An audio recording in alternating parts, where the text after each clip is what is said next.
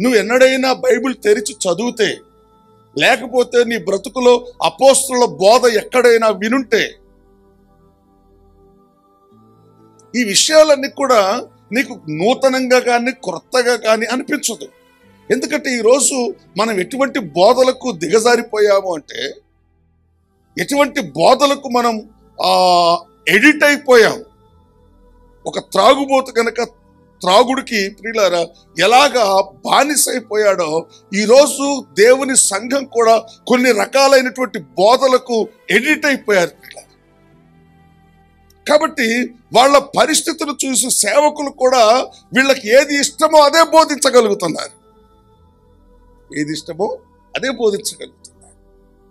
కానీ ఒకరోజు వీడు వాడు ఇద్దరు కూడా నాశనం అవుతారనే సంగతి వీళ్ళకి తెలియదు, ఈ అమాయకులకు ప్రియులారా. అంతే కదా, జలప్రళయం వచ్చేంత వరకు కూడా ఎవడైనా నమ్మాడా?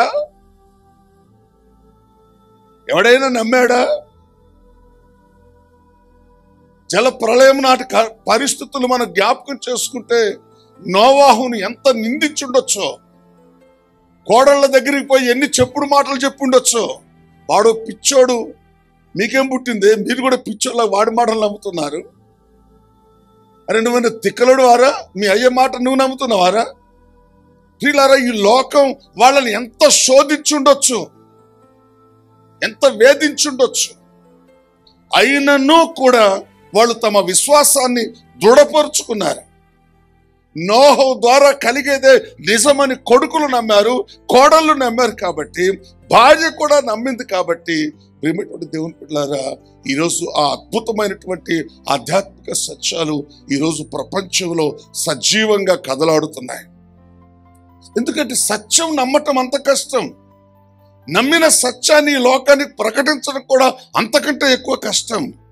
ప్రియులారా, ఆ సత్యంలో నిలిచి ఉండటం ఇంకా అన్నిటికంటే కూడా కష్టం, ఇంకా అన్నిటికంటే కూడా కష్టం. ప్రియమైనటువంటి అందుకే మీరు చూడండి ప్రియులారా, పరిశుద్ధ బైబిల్ గ్రంథంలో మనం పరిశీలించి చూసినట్లయితే 14వ అధ్యాయం, ఈ అపోస్తుల కార్యముల గ్రంథం 14వ అధ్యాయం అనేకమైనటువంటి గొప్ప సంగతులతో ఇది నియమించబడింది. చాలా పరిపూర్ణమైనటువంటి గ్రంథం, పరిపూర్ణమైనటువంటి అధ్యాయం, పరిపూర్ణమైనటువంటి ఆధ్యాత్మిక సత్యాలు ఇందులో దాచిపెట్టబడు ప్రియమైనటువంటి దేవుని బిడ్డలారా.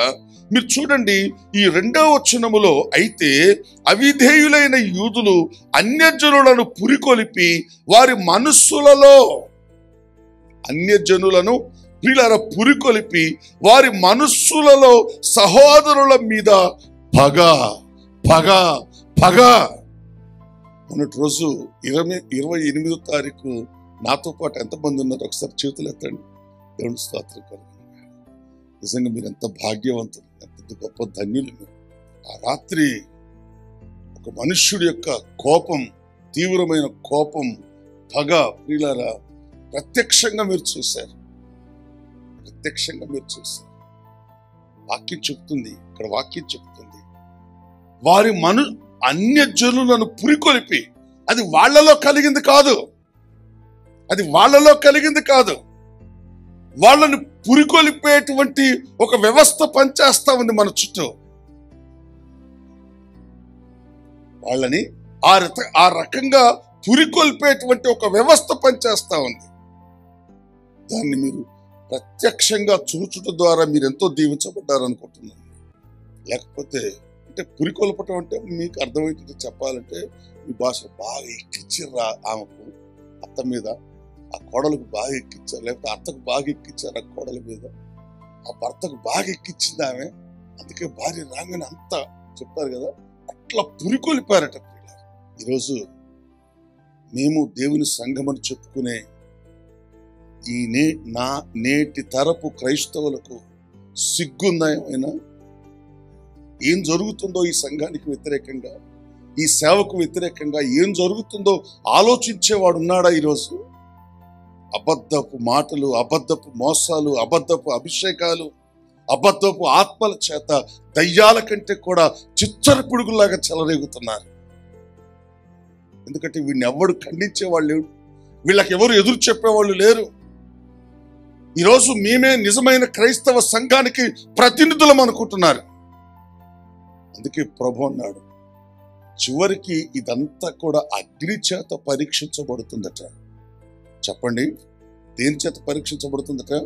అగ్ని చేత పరీక్షిస్తాడట ఆయన. అప్పుడు తెలుస్తుందట ఎవడు ఒరిజినల్, ఎవడు డూప్లికేట్ అని, ఎవరి విశ్వాసం ఘనమైంది, ఎవరి విశ్వాసం బలహీనమైందని. హల్లెలూయా. కాబట్టి ఆయన అంటున్నాడు, అన్యజనులను ప్రియులారా పురికొల్పి వారి మనస్సులలో సహోదరుల మీద పగ పగ పగ